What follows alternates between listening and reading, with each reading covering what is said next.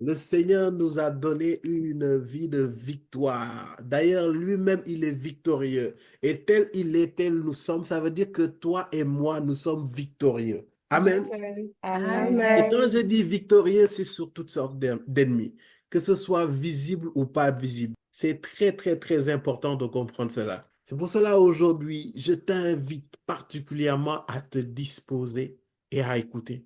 Parce que je sais que le Seigneur va nous faire beaucoup, beaucoup, beaucoup, beaucoup de bien.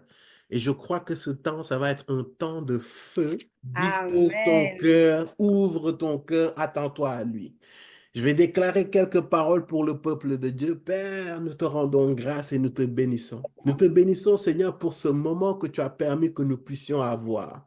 Et Père, si tu nous as appelés ici, si nous sommes plusieurs à se connecter, à se réunir en ton nom, c'est parce que tu es au milieu de nous. Et parce que tu es au milieu de nous, Seigneur, tu vas nous visiter, tu vas nous transformer, tu vas nous fortifier, tu vas nous embraser. Seigneur, je prie que quelqu'un aujourd'hui, que sa vie soit transformée, que sa vie soit radicalement transformée, que son épreuve soit radicalement anéantie au nom de Jésus, que les blocages de sa destinée, que ses ennemis de ses destinées qui s'étaient dressés devant lui avec audace, Seigneur, je parle à ces ennemis-là.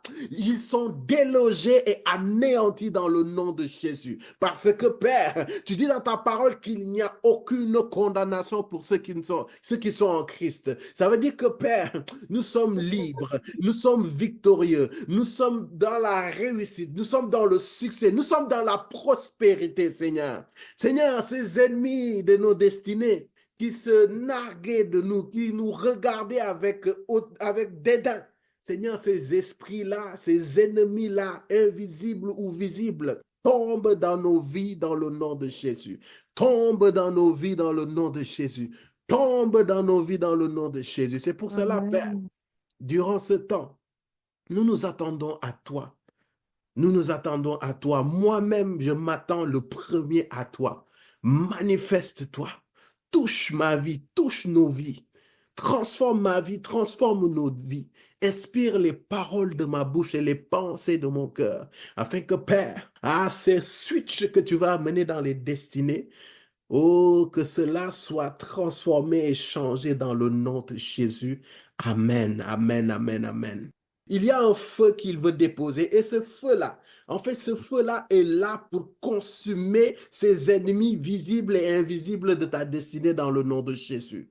Parce que c'est fini. Il faut que tu sois révolté. Il faut que tu sois révolté. Tu n'avances plus. Tu n'avances plus. Il faut que tu sois révolté. Tu ne réussis plus. Il faut que tu sois révolté. Tu ne vois plus les résultats. Tu fournis énormément d'efforts pour un résultat méprisable. Il faut que ça change. Il faut que ça change. Parce que ces ennemis invisibles qui s'étaient dressés devant ta destinée, devant ta vie, ces ennemis-là, invisibles, qui riaient de toi, ils n'auront plus de sourire qu'ils traceront dans leur bouche au nom de Jésus. Parce qu'aujourd'hui, il faut que tu dises, il faut que ça change. Dieu t'a donné cette grâce. C'est le Dieu qui dit, ma maison et moi, nous servirons l'Éternel. C'est-à-dire que Dieu, lorsqu'il touche un homme, il touche sa famille, il touche ses amis, il Mm. touche ses collègues, il touche toutes ces personnes. Si toi aussi, Yes. tu es de ceux-là, lorsque tu regardes à ta famille, lorsque tu regardes à ton entourage, tu vois que c'est pas bien, il n'y a rien qui est bon, il n'y a rien qui sort de bon de ton entourage. Il faut que ça change. Il faut que les gens arrêtent de regarder ta vie et qu'ils n'aient même pas envie de marcher avec le Seigneur.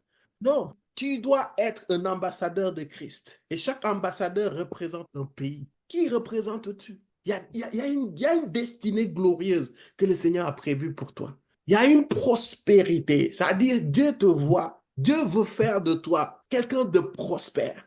Dieu veut faire de toi une Amen. bénédiction. Amen. Mais si tu Amen. regardes ta vie, tu ne peux même pas t'imaginer qu'il y a un avenir glorieux en fait. Tu te bats encore et encore. Si tu finis tel combat, c'est un autre combat qui vient. Tu finis un autre combat, c'est un autre combat. Et puis c'est comme ça, comme ça, comme ça. Parfois, tu t'épuises. Non. Et parfois, c'est les combats il y a 5 ans, 10 ans. C'est ces mêmes combats auxquels tu fais face. Il faut que ça change. C'est pour cela, ce feu qui va descendre sur toi, fais-en bon usage. Si tu en fais bon usage, je vais te montrer comment tu vas utiliser ce feu. Tu vas commencer à parler sur ta destinée. Tu vas voir des changements. Il y en a marre de voir des chrétiens qui souffrent. Il y en a marre de voir des chrétiens toujours les mêmes problèmes, rebelote encore et encore, toujours les mêmes blocages, toujours les mêmes esprits. Ça va à un certain niveau, ces esprits même ne nous respectent plus même. Tellement ils ont accès à nos vies. Pourquoi? Parce qu'on ne sait pas comment faire face à ces esprits-là. C'est pour cela aujourd'hui, il faut que ça change. Alors que je parle, je suis en train même de voir des personnes qui vont commencer, ils vont dormir, ils vont se réveiller, ils vont sentir un poids se retirer ils vont voir qu'il y a quelque chose qui a changé. Il y a quelque chose qui a changé. Et alors que je dis il y a quelque chose qui a changé, je vois comme des couronnes commencent à être déposées sur la vie des... Commence à prier avec moi. Commence à élever la voix de là où tu es. Parle sur ta vie. Prie, Père.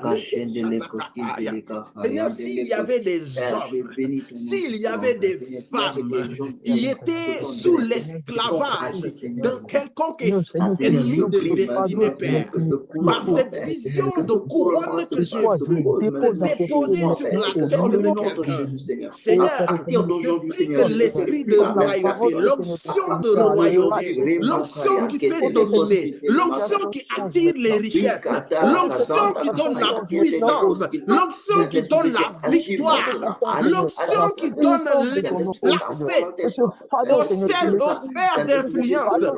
Seigneur, cette onction-là coule sur nous et brise tout fardeau et brise tout joug dans nos vies au nom de Jésus. Père, que cette onction qui change des vies, qui transforme des vies, Seigneur. Seigneur, nous localise et opère dans nos vies comme jamais auparavant. Et Père, nous ne prions pas seulement pour nous. Seigneur, si tu nous as touchés, tu vas toucher nos parents, tu vas toucher nos frères, tu vas toucher nos sœurs, tu vas toucher tous ceux qui sont attachés à nos vies, et cela dans le nom précieux et puissant de Jésus. Amen. Aujourd'hui, c'est le mercredi des violents. Quand je parle, tu parles avec moi. Parce qu'aujourd'hui, c'est ta parole contre parole. Yes. J'aimerais dire à quelqu'un ici, tu fais tous les efforts. Tu ne manques pas d'intelligence. Tu ne manques pas de connaissances. Tu ne manques pas de réseau. Tu ne manques pas de compétences. Mais tu n'y arrives pas. En fait, je veux te dire quelque chose. Il y a des paroles qui ont été déclarées sur ta vie. Et ces paroles-là s'attachent à toi. Ces paroles te suivent. Ces paroles n'ont pas besoin de visa ni de passeport pour te localiser de là où tu es. Ces paroles n'ont pas besoin de voiture pour te localiser de là où tu es. Pourquoi? Parce qu'il y a des paroles littéralement chaque seconde qui sont libérées contre ta vie. Dans des hôtels, il y a des voix qui sortent. Et ces voix-là, il dit celui-là, tant que l'hôtel est là, il ne réussira pas. Tant que l'hôtel est là, il ne touchera pas le million d'euros. Tant que l'hôtel est là, nous sommes là. Sa famille là et lui, ils n'iront jamais, ils vont jamais dépasser ce stade-là. Tant que l'hôtel est là, la parole dans cet hôtel dit quelque chose. Celui-là, il ne sera jamais heureux. Jamais heureux. Jamais au plus grand jamais. Le semblant de heureux qu'il va avoir là, on va lui voler ça. Il y a des voix qui parlent contre ta vie. Et tu n'en es pas conscient. C'est pour cela il faut que ces voix-là, ils vont se taire aujourd'hui. Ils vont se taire. Amen. Ils vont se taire. Et parfois, ces voix, vous les entendez, parfois vous ne les entendez pas. Ces voix se transforment en situation. Ces voix se transforment en événement. Ces voix se transforment en choc. Ces voix se transforment parfois en pensée. Ces voix, parfois, transpercent des hommes et des femmes qui sont à travers vous. Et tu vas voir que tu vas aller au travail, tu travailles, tu es bien, tu as une bonne relation avec ton boss. Du jour au lendemain, ton boss te fait la guerre. Tu ne comprends pas. Il y a des voix qui parlent, les gens entendent des voix.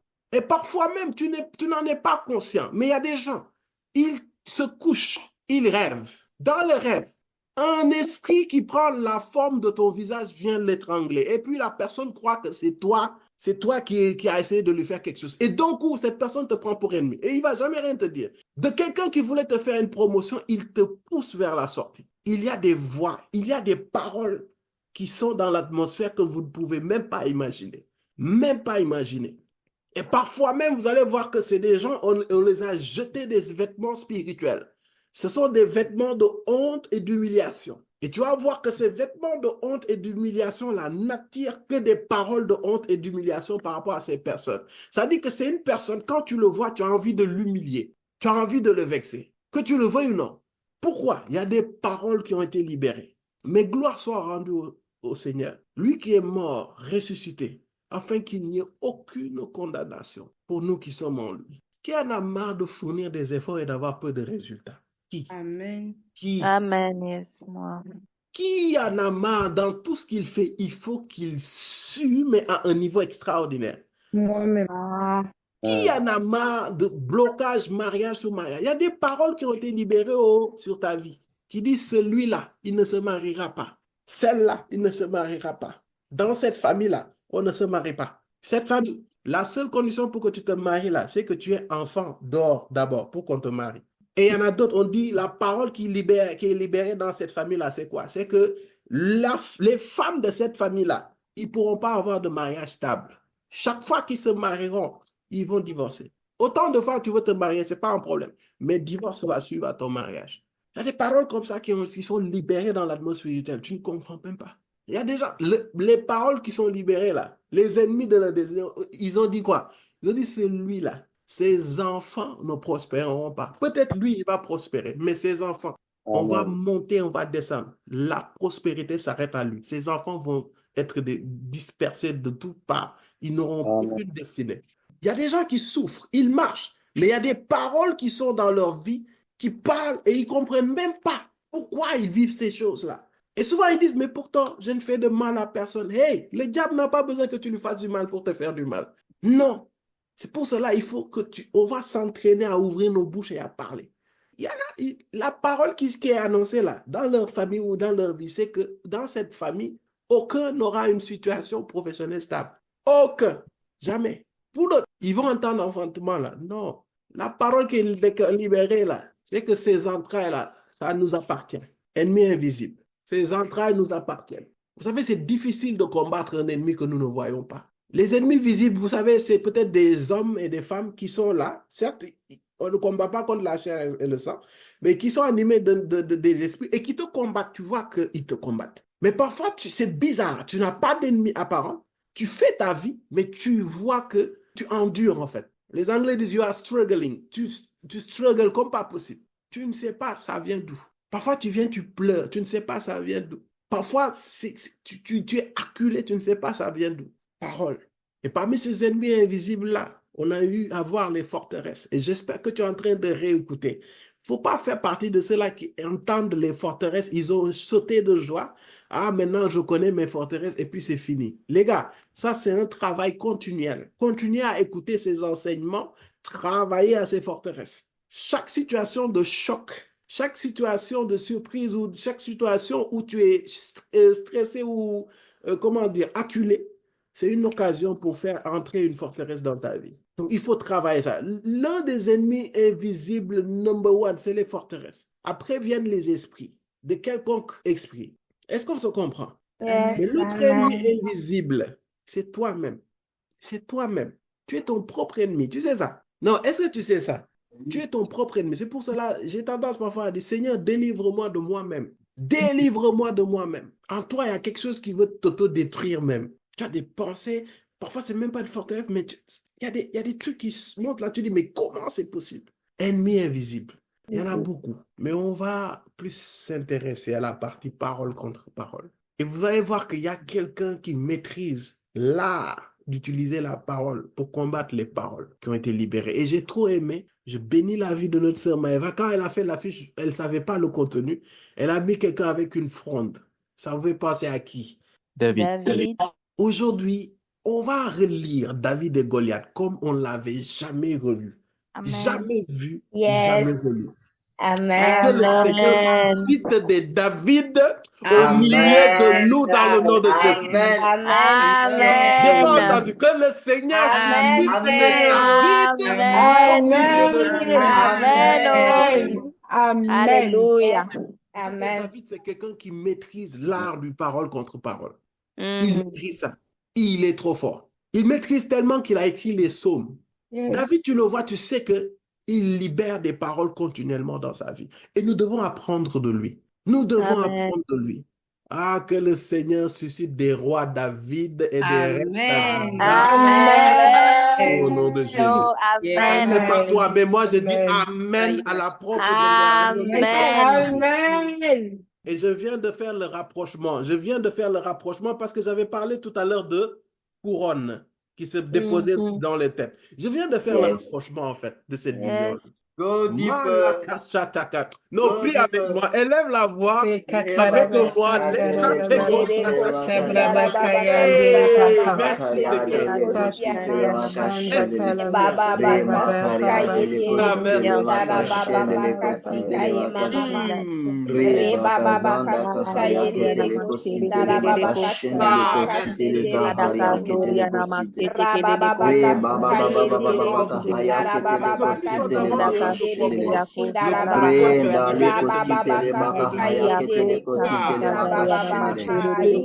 Et que personne ne passe à côté de cette occasion-là, de saisir quelque chose qu'il lui fallait pour aller à une autre dimension et aller à une autre. Amen. Et cela dans le nom de Jésus. Amen. Amen. Sans plus tarder, on va aller dans 1 Samuel 17. J'aime trop cette histoire. Que chacun vraiment soit disposé. Ne dis pas que tu as l'habitude de lire ça. Moi-même, j'ai eu l'habitude de lire. Mais quand j'ai vu ce que le Seigneur m'a montré, moi-même, j'ai dit waouh. Les Philistins réunirent leurs armées pour faire la guerre, et ils se rassemblèrent à Soko, qui appartient à Juda. Ils campèrent entre Soko et Azekah, à Éphès-Damin. Saül et les hommes d'Israël se rassemblèrent aussi. Ils campèrent dans la vallée des Térébintes, et ils se mirent en ordre de bataille contre les Philistins. Les Philistins étaient vers la montagne d'un côté, et Israël était vers la montagne de l'autre côté. La vallée les séparait. Un homme sortit alors du camp des Philistins et s'avança entre les deux armées. Il se nommait Goliath. Il était de Gath et il avait une taille de 6 coudées et un empan. Sur sa tête était un casque d'airain et il portait une cuirasse à écailles du poids de 5000 cycles d'airain. Il avait aux jambes une armure d'airain et un javelot d'airain entre les épaules. Le bois de sa lance était comme une lance souple de tisserand et la lance pesait 600 cycles de fer. Celui qui portait son bouclier marchait devant lui. Le Philistin s'arrêta et s'adressant aux troupes d'Israël rangées en bataille, il leur cria: « Pourquoi sortez-vous pour vous ranger en bataille? Ne suis-je pas le Philistin et n'êtes-vous pas des esclaves de Saül? Choisissez un homme qui descende contre moi. S'il peut me battre et qu'il me tue, nous vous serons assujettis. Mais si je l'emporte sur lui et que je le tue, vous ne serez assujettis et vous nous servirez. » Le Philistin dit encore: « Je jette en ce jour un défi à l'armée d'Israël. Donnez-moi un homme et nous nous battrons ensemble. » Saül et tout Israël entendirent ces paroles du Philistin et ils furent effrayés et saisis d'une grande crainte. Et qu'est-ce que vous avez remarqué en lisant ce passage? Je sais que déjà, là tu le lis maintenant autrement, vous allez voir la première chose parmi les ennemis invisibles, c'est que si vous remarquez du verset 3 jusqu'au verset, je ne sais plus, 9, les gens ont détaillé Goliath avec détail. Mon ami, ton premier ennemi là, c'est le fait d'être trop conscient de ton adversaire. Vous regardez le passage. Amen. Hey, les amis, écoutez-moi. Yes. Le truc, c'est que Goliath, ce n'est pas celui qui devait faire le plus mal au peuple d'Israël. La preuve, c'était une armée de Philistins. Entre une armée de Philistins et un Goliath contre une armée d'Israël, qui gagne? On dit, un homme sortit alors du camp des Philistins et s'avança entre les deux hommes. Il s'appelait Goliath, venait de Gath et mesurait environ 3 mètres. Si on s'était arrêté là, c'est bon. Mais on dit quoi? Il avait sur la tête un casque en bronze et il portait une cuirasse en écaille. C'est-à-dire, on donne même le matériau en bronze qui pesait près. Les gars, ils ont même pesé de leurs yeux.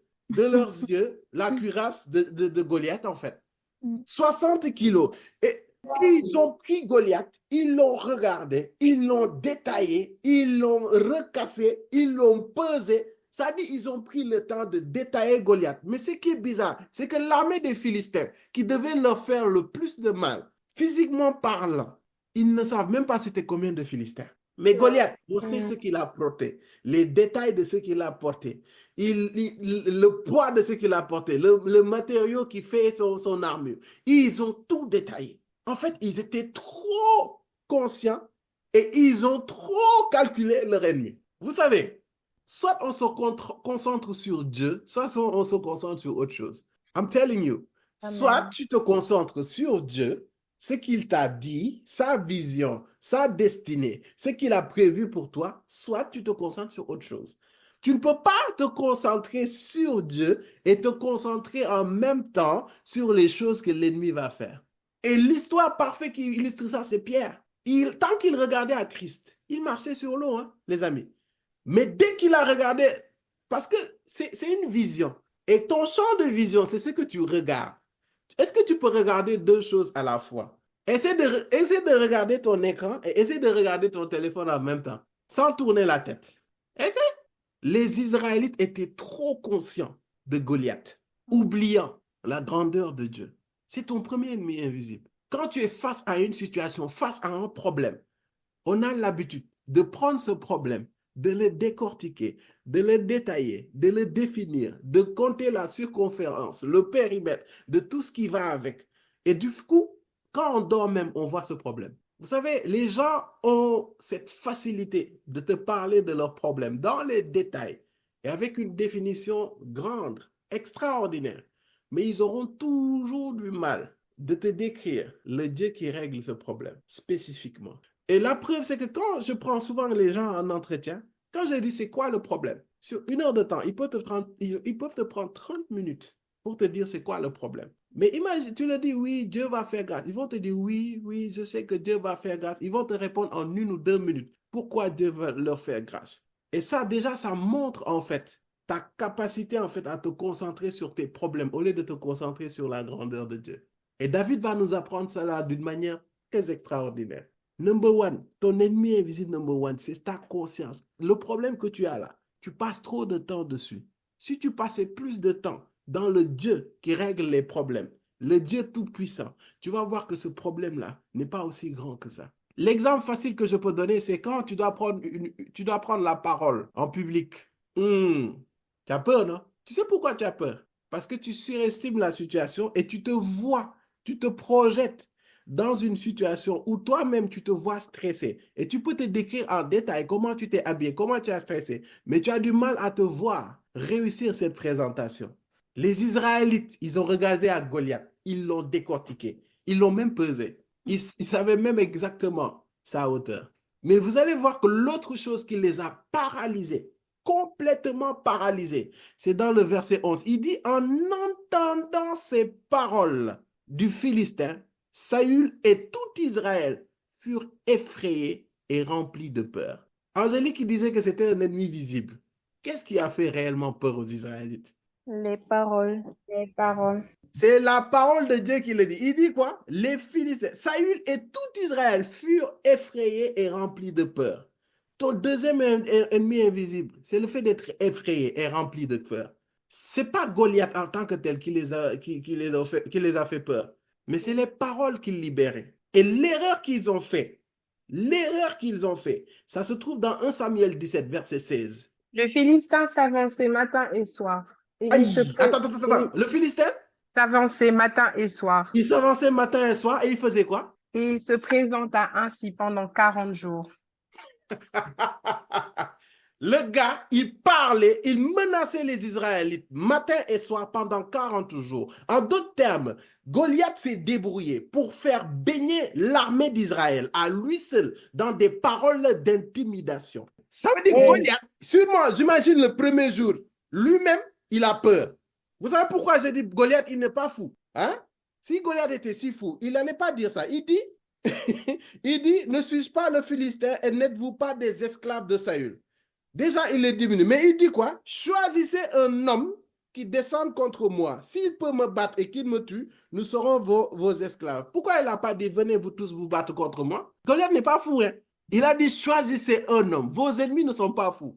Vos ennemis invisibles, parfois, ils vous touchent et ils courent. Mais quand ils vous touchent et ils courent, et ils voient que vous êtes effrayés et que vous êtes remplis de peur, mais ils vont revenir. Man, it's time to have a victory mind. Il faut que tu aies un mentalité victorieux. Est-ce que je parle à quelqu'un? C'est pour cela, vous assure, Quand la parole de Dieu dit qu'il les a mis en spectacle, c'est-à-dire le Seigneur Jésus à la croix, il les a tous dépouillés. Vous savez, quand on dépouille quelqu'un, ça veut dire que la puissance que les ténèbres avaient sur la terre, ils ne l'avaient plus.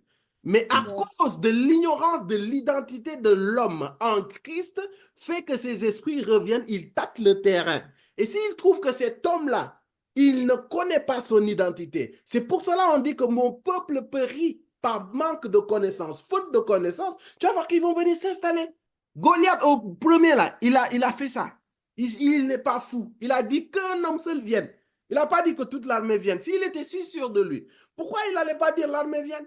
Mais il a parlé une fois, une première fois. La première réaction que le peuple d'Israël a eue, c'est qu'ils n'ont pas répondu. Parole contre parole. Déjà ça, il a tâté le terrain, il a vu qu'il y a une défaillance. La deuxième chose, c'est que quoi? Ils étaient effrayés et remplis de peur. Et quand il a vu que la première fois, ils étaient effrayés et remplis de peur, peut-être que c'était 10% de l'armée qui était effrayée et remplie de peur. Il a dit, pour gagner tout le peuple, vous savez qu'est-ce que je vais faire? Je vais leur parler matin et soir pendant 40 jours. Imagine-toi être exposé à ces paroles. Je vais vous détruire. Je vais vous mettre en pièces. Matin et soir pendant 40 jours. Et vous allez voir que Goliath a libéré un esprit maléfique dans l'atmosphère de cette falaise-là. Vous allez voir que les Philistins, en fait, c'était des maîtres dans l'art de la divination. Et Goliath, vous allez voir qu'il avait quelque chose. Goliath, c'était quelqu'un, il a libéré par sa bouche une atmosphère de peur spirituellement. Et il les a exposés à ça matin et soir pendant 40 jours. Donc, il a réussi un exploit. Et c'est là où il a eu tout le peuple d'Israël. C'est quoi? Il est arrivé à leur parler matin et soir à un peuple qui est censé méditer la parole de Dieu matin et soir. Amen. Tu ne m'as pas entendu. Oui. Le Dieu qui a dit à Josué que ce livre de la loi ne s'éloigne point de ta bouche. Médite-le jour et nuit. Amen. Goliath, en déclarant ces paroles, par la peur, en faisant installer la peur, il sait que la force de ce peuple d'Israël dépend de sa capacité à entendre Dieu, à discerner la volonté de Dieu, à discerner la destinée de Dieu. Et il a dit, ces hommes-là, leur force viennent de leur relation avec Dieu, viennent de la parole que Dieu a libérée. Donc, je vais faire quelque chose. Je vais switcher ça de manière subtile. De là où le matin, normalement le matin, ils doivent méditer la parole. Normalement, le soir, ils ont médité la parole. Avant qu'ils n'ouvrent leur Torah, à ce même moment exactement, je vais me mettre là et je vais parler. Et là où ils devaient entendre la parole de Dieu, je vais substituer cette parole de Dieu par mes paroles de peur. Pourquoi il ne le faisait pas à midi? Pourquoi il ne le faisait pas à minuit? Mais il a choisi stratégiquement. Les Philistins étaient très spirituels. Ils comprenaient les choses de divinité. Le Dieu d'Israël n'était pas inconnu de tous. La preuve, lorsque ils ont quitté Égypte, 40 ans après, ils sont arrivés à Canaan. Les peuples de Canaan avaient peur parce qu'ils disaient quoi? On a entendu ce que votre Dieu a fait au Dieu des Égyptiens. Donc, dès qu'ils ont su qu'ils sont près de Jéricho, sûrement ils ont commencé à étudier comment fonctionne ce peuple de Dieu. Et vous allez voir que c'est même à Jéricho que le Seigneur dit à Josué que ce livre de la loi ne s'éloigne point de ta bouche. Médite le jour et nuit et tu prospéreras dans toutes tes entreprises. En fait, la réussite du peuple d'Israël était intrinsèquement liée à sa capacité à s'exposer à la parole de Dieu. Il a compris ça. C'est pour cela qu'il a choisi stratégiquement. Sûrement, il attendait. Quand le peuple d'Israël se lève, ils allaient ouvrir leur Torah. Il se met dehors. Il crie. Et puis il parle. L'ennemi fonctionne, les ennemis invisibles fonctionnent comme ça avec vous. Et comment ils vous ont eu? Comment ils vous ont eu? Ils ont réussi à détourner votre âme, votre cœur de la parole de Dieu. Au lieu de le mettre dans la parole de Dieu, de baigner ça dans la parole de Dieu, tu entendais des voix. Tu entendais des voix. Tu ne vas pas le faire. Tu ne vas pas y arriver. Tu vas échouer. Tu es une mauvaise personne. Tu ne vas pas faire ceci. Tu ne vas pas faire cela. Tu es seul. Tu n'as personne avec toi. Tu ne vas pas te marier. Tu es stérile. Tu es stérile. Tu ne peux pas faire. Tu as des problèmes. Personne ne t'aime. Personne ceci. Personne cela. Et tu vas voir qu'il y a un moment, lorsque tu veux prier, c'est ces paroles qui vont venir dominer dans ta vie. Pourquoi? Parce que tu prêtes plus attention à ces paroles plutôt qu'à la parole de Dieu. C'est pour cela, quand je vous dis exposez-vous à la parole de Dieu, lisez, méditez la parole de Dieu. Mais les enseignements qu'on a mis sur YouTube, j'ai prié, Dieu m'a dit, mets à disposition ces enseignements pour que le peuple de Dieu puisse s'y exposer. Parce qu'il y a une onction qui se libère. Pourquoi? Parce que toi, lorsque tu t'exposes continuellement à la parole de Dieu, que ce soit la Bible, les enseignements, il y a quelque chose qui s'imprègne en toi. Et vous allez voir que Goliath n'a pas fait 10 jours. Goliath n'a pas fait 30 jours, il a fait 40 jours. C'est même Dieu qui a fait 40 jours avec Moïse pour que la loi... En fait, Goliath agissait pour faire tomber les fondations du peuple d'Israël. C'est pour cela qu'il se sentait faible devant lui. Spirituellement, il les a envoûtés. Le gars a libéré un esprit maléfique sur eux. Et il a substitué tout ce qui faisait leur fondement, leur force. Il l'a substitué en faiblesse. Et c'est comme ça que les ennemis invisibles fonctionnent. Mon gars, ton problème n'est pas plus grand que Dieu. Je n'ai pas besoin de savoir ce que tu vis. Ton problème n'est pas plus grand que Dieu. Ce n'est pas possible. Et laisse-moi te dire quelque chose. Si un problème a un début, ça veut dire qu'il a une fin. Tout ce qui a un début a une fin. C'est pour cela Dieu est éternel. Dieu n'a pas ni de commencement ni de fin. Pourquoi? Parce que si quelque chose commence, c'est parce que c'est chose finie. Goliath a substitué ça. Donc tes ennemis, c'est quoi? Être trop conscient de l'adversaire. Être effrayé et rempli de peur. Quand tu es devant une situation, vous savez, on a le droit d'avoir peur. Mais demeurer dans la peur, c'est signer ton arrêt de mort. C'est pour cela, quand je vois des personnes face à des situations paniquées, je dis, c'est fini. Il faut que derrière, que tu travailles la peur, que tu changes, tu switches la mentalité de la personne pour que la personne se concentre sur la parole de Dieu, au lieu de se concentrer sur la peur. Quatrième chose, c'est à quoi t'exposes-tu? À quel type de parole t'exposes-tu? À quel type de parole t'exposes-tu? Tes ennemis invisibles, ce sont les paroles auxquelles tu t'exposes. Goliath, il est resté 40 jours. Les gars, je vais vous détruire. Je paraphrase, je vais vous mettre en pièces. Vous êtes des esclaves, vous êtes des vauriens. Et c'est pas pour exposer la vie des gens. Il y a une de mes filles ici, je l'avais pris en entretien. On discute. Les parents, franchement, protégez vos enfants. Les paroles que cette personne entendait, c'est que tu as le cœur noir, tu es mauvaise. C'est ça qu'elle entendait à longueur de journée, dans sa propre famille. Mais enfant, on te dit ça, tu grandis avec ça. Comment tu peux croire que qu'il y a quelque chose de bon qui peut sortir de toi? Comment tu peux croire qu'il y a quelque chose de bon que tu peux manifester, donner? Comment? Si les gens qui sont censés te protéger, au contraire, libèrent des paroles. Il y a des parents ici, vous savez, on dit tu honoreras ton père et ta mère. Mais la Bible dit aussi que de ne pas offenser. Parents, n'offensez pas vos enfants. Il y a des parents qui ont des mots durs. Il y a des parents qui ont des mots méchants sur les enfants. Comment tu peux mettre au monde ton enfant et tu dis tu ne vas jamais réussir, tu n'iras pas loin? Comment? Après les enfants, il ne faut pas retenir quelque chose pour vos parents. Pardonnez-leur. Ils n'ont pas accès à ça. Mais ces paroles que tu t'exposes depuis enfant, mais tu ne peux pas croire que tu peux faire de grandes choses. On a fait l'entretien. À la fin de l'entretien, ce qui m'a marqué, c'est qu'à la fin, on a fait l'entretien. Tu vas voir, les choses commençaient à sortir. La personne commence à être délivrée. Et puis, à la fin, je lui dis que tu es une bonne personne. Dis que tu es une merveilleuse personne. La personne ne pouvait pas sortir ça de sa bouche. I'm telling you. C'était difficile. Je l'ai imposé de le dire. Je lui ai dit, dis-le. Tu es une merveilleuse personne. Tu es une bonne personne. La personne a fait une pause. Elle dit je, et puis c'est bloqué là-bas. Je, c'est bloqué là-bas. Je, c'est bloqué là-bas. J'ai dit, tu vas le dire aujourd'hui. Tant que tu ne vas pas le dire, on ne va pas couper. La personne a libéré ça dans sa bouche. Elle a dit, je suis une bonne personne, je suis une merveilleuse personne. Je dis, à partir de maintenant, chaque matin, quand tu vas te réveiller, tu vas te mettre devant ce miroir que tu es dans ta chambre et tu vas dire, je suis une merveilleuse créature, je suis une bonne créature. À quoi t'exposes-tu? C'est pas grave. Tes parents, peut-être, ont dit des choses méchantes. C'est pas grave. Dieu dit de toi que tu es une merveilleuse créature. Vous savez, vos pires ennemis, ce sont les paroles que vous écoutez, vous entendez à longueur de journée. Et ça va jusqu'à un certain moment, même tu vas jusqu'à te dire toi-même, je suis une mauvaise personne. Je ne vais pas réussir. Si tu vas jusqu'à sortir ça de ta bouche, tu te condamnes toi-même. Tu comprendras pourquoi tout à l'heure. Tu es le jardin de Dieu. Et le jardin de Dieu, c'est toi qui l'arroses. Amen. Goliath a bombardé du cœur des Philistins. Essayez ça. Vous restez, vous écoutez quelque chose. Le jour, vous l'écoutez la nuit pendant 40 jours. Vous allez y croire dur comme fer. La personne s'exposait à ça. Il y a un autre témoignage d'une personne. Sa propre mère lui a dit, tant que les rats existent, tu vas continuer à voler.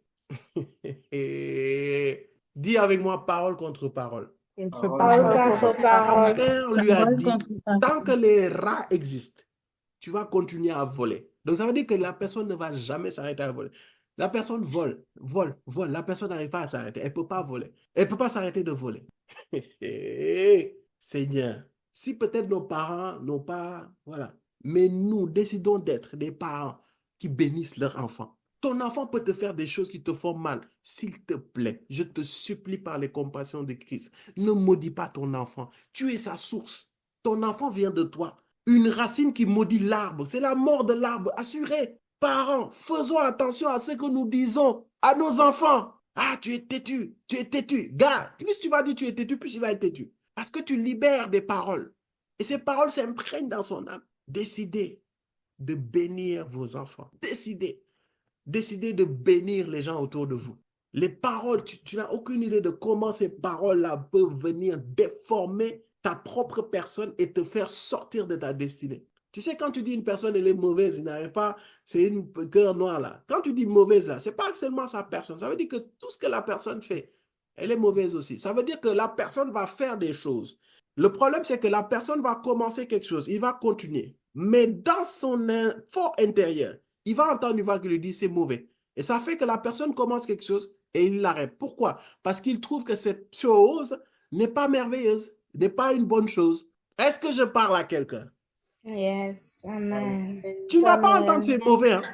Mais quand je disais ton propre ennemi, c'est toi-même. Toi-même, dans ta chair, tu vas te sentir obligé d'arrêter ce que tu as commencé. Yo, don't them fen. Il y a des gens, on les a entendus, tu n'iras nulle part, tu n'iras pas loin. J'efface ces paroles sur ta vie. Amen. Au nom précieux et puissant de Jésus. Amen. Amen. Amen. Amen. Et je vais te Amen. choquer. Il y a des paroles, tu as tellement entendu dans ton enfance. Tu crois les avoir oubliées. Ces paroles sont bien ancrées en toi. Même si on ne te les dit plus là, ces paroles résonnent. Et ça résonne d'une autre manière. Ah, tu es ceci, ah, tu es cela. Et puis ça résonne. Même si on ne te le dit plus là. Ça dit que tu as un certain comportement. Toi-même, tu ne comprends pas, ça vient d'où. Ces paroles sont restées. Goliath a libéré des paroles.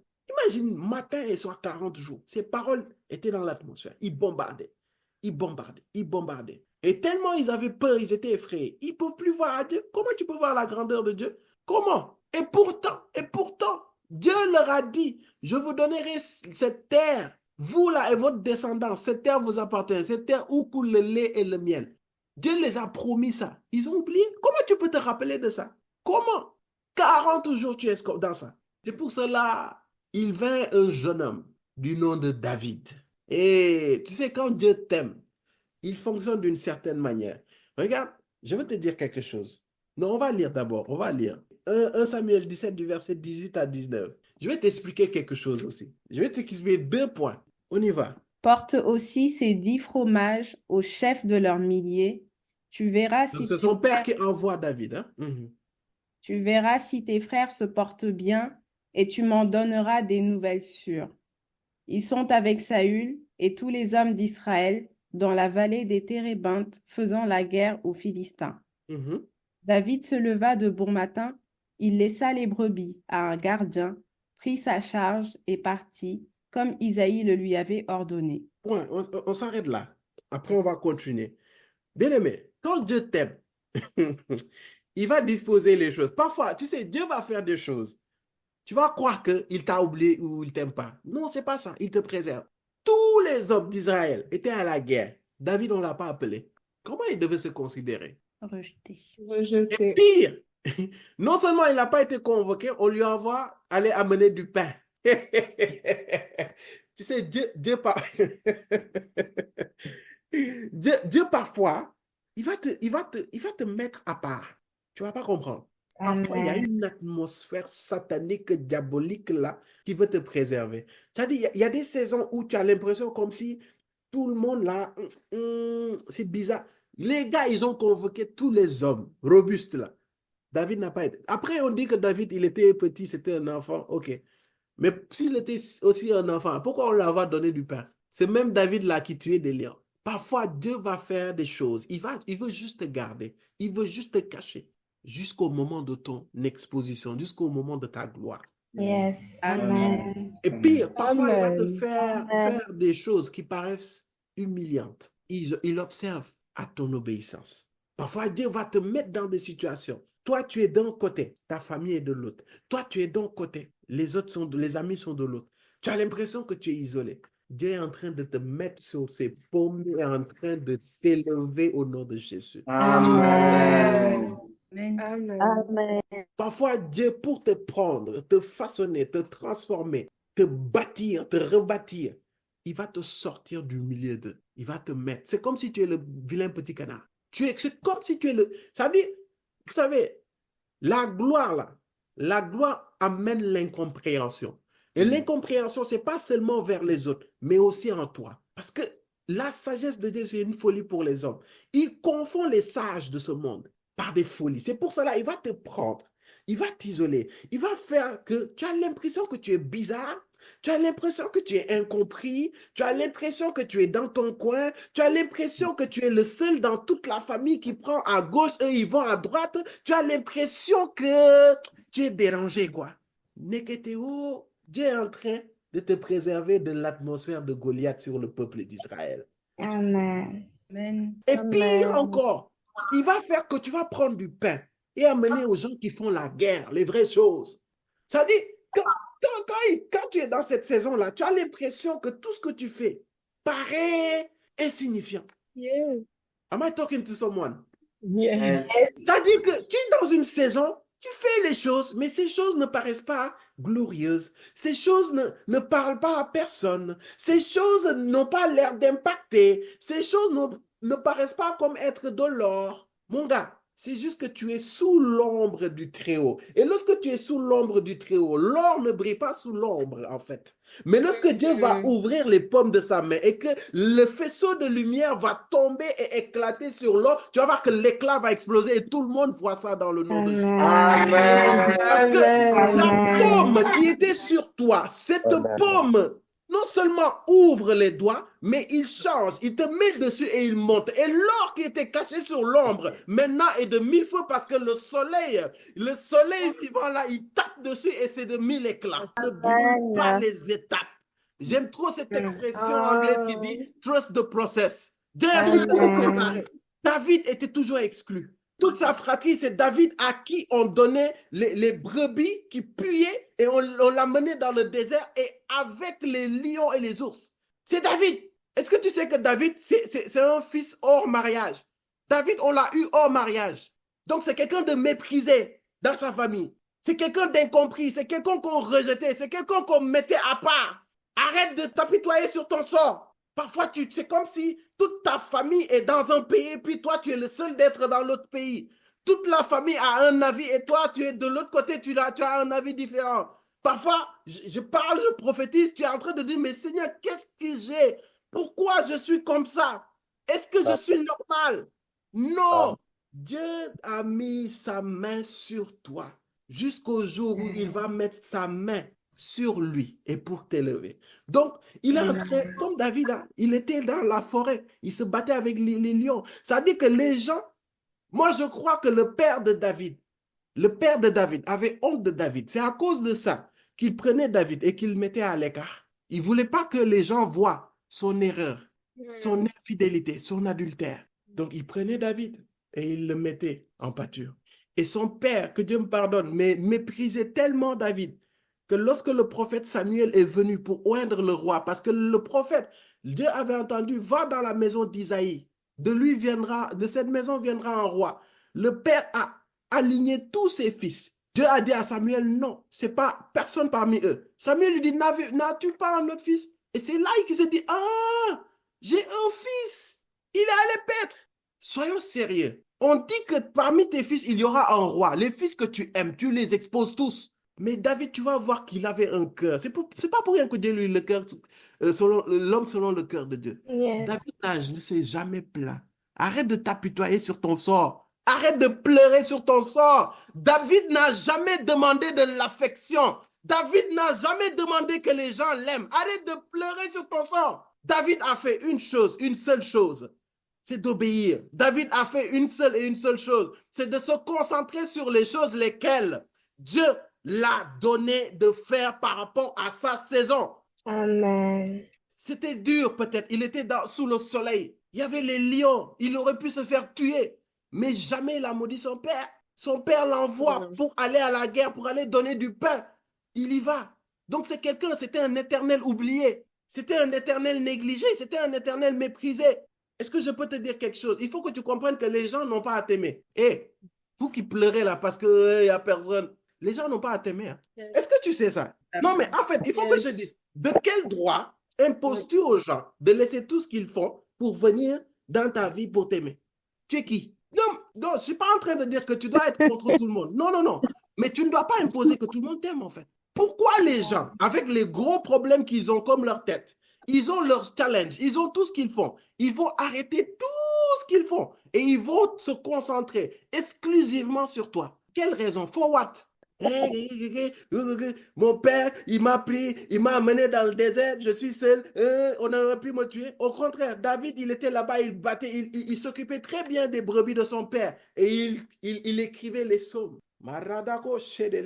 Les psaumes n'ont pas commencé quand il était roi. David, il jouait. Donc, dans le désert, là, même si c'était chaud, c'est quelqu'un qui apprenait à voir le positif. C'est quelqu'un qui apprenait à voir la grâce, la bonté du Seigneur, la grandeur du Seigneur, même quand tout paraissait sombre. En fait, c'est quelqu'un qui avait le cœur, qui est l'homme selon le cœur de Dieu. Et il a discerné que, Seigneur, tout ça, c'est l'ombre de ta main. C'est pas l'ombre des ténèbres.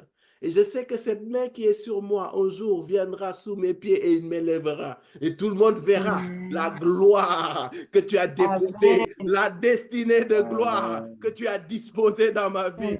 David était mis à l'écart. David était méprisé. Donc, c'est-à-dire que David n'était pas un homme, quoi. On prend tout Israël, on prend David, on met de côté. On va continuer. Vous allez voir. Continuons. David se leva de bon matin, il laissa les brebis à un gardien, prit sa charge et partit comme Isaïe le lui avait ordonné. Lorsqu'il arriva au camp, l'armée était en marche pour se ranger en bataille et pousser des cris de guerre. Israël et là aussi, on va revenir dessus, mais je vais te montrer, David, comment on le traitait. Israël et les Philistins se formèrent en bataille, armée contre armée. David remit les objets qu'il portait entre les mains du gardien des bagages et courut vers les rangs de l'armée. Aussitôt arrivé, il demanda à ses frères comment ils se portaient. Regarde le gars, c'est demi-frère là. He's caring. Le gars, il était détesté dans sa famille, mais pourtant il va. Comment vas-tu? Et tout. On continue.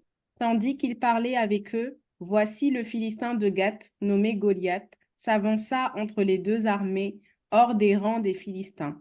Il tint les mêmes discours que précédemment, et David les entendit. À la vue de cet homme, tous ceux d'Israël s'enfuirent devant lui et furent saisis d'une grande crainte. Pause. Valérie, relis-moi le verset 20. Moi, on dirait que je vois deux armées là. David se leva de bon matin, il laissa les brebis à un gardien, prit sa charge et partit, comme Isaïe le lui avait ordonné. Ok, on s'intéresse à la deuxième partie. Vas-y. Lorsqu'il arriva au camp, l'armée était en marche pour se ranger en bataille et pousser des cris de guerre. Attends, c'est quelle armée? L'armée Israël. Ils étaient en bataille et qui poussaient des cris de guerre. Verset 24.